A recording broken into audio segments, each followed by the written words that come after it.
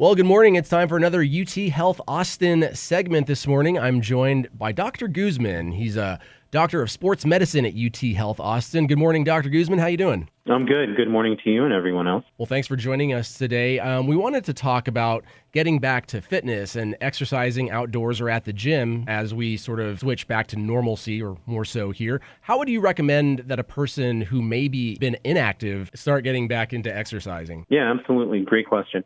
So first thing for any exercise routine or regimen or sport activity is safety. So if there's any underlying medical issues, so any lung pulmonary issues, you can think of asthma, heart disease, endocrine disorders, think of diabetes or anything like that, that could potentially affect your exercise routine or your metabolism through processing, that high intensity workout, then you should seek out discussion with your, primary care physician or specialist such as ourselves before you start that routine. If that's not the case, or if that's been done, the other step is doing it in a progressive manner. Okay, so starting out slow, adding progression to that before you go to the max or higher intensity activities. I understand. That makes sense to me. Well, with COVID still around, should folks still be wearing masks if they're at the gym? So that's a great question. Lots of people are going to have different opinions. I'm of the opinion of what the CDC says,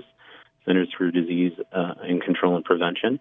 And so they recommend that people do wear their masks when they're at the gym doing their routines. And studies have shown it doesn't impact your health, your training regimen, as long as, the aforementioned aspects have been addressed, if you have any cardiac, pulmonary, endocrine disorders. So since, it seems a lot of us have been out of the game, so to speak, for a little while, what are some common conditions that you may see someone for who's just getting back into that exercise routine?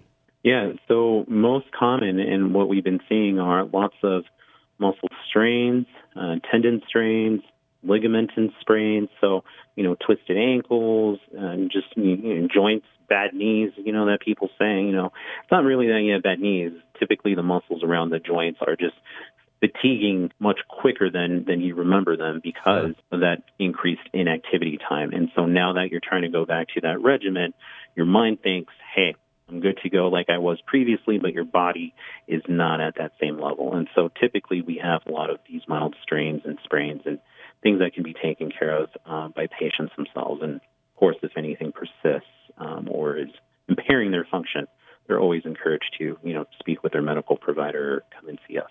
For sure. Before it gets that bad, though, is there anything that you might be able to recommend for something mild that folks could do at home without the treatment of a physician? Yeah, absolutely. So icing, any injury within the first 24 hours tends to help with the inflammation and the initial pain. After that 24-hour period, anything really that you feel comfortable, ice or heat, really doesn't matter.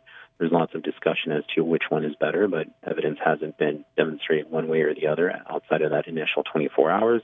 If there's no contraindications to taking any medications like acetaminophen, so painkillers or anti-inflammatories such as like ibuprofen, that can certainly be done. And for comfort measures, people can sometimes wear a sleeve or an ACE wrap depending on where that injury is. And then, of course, limiting the aggravating activities that cause that injury. Sure. Conversely, then, what are some of the warning signs that an injury may be beyond help at home and it might be time to come see a professional? Yeah. So athletes, people are notorious for pushing through pain because typically that's what we've been taught.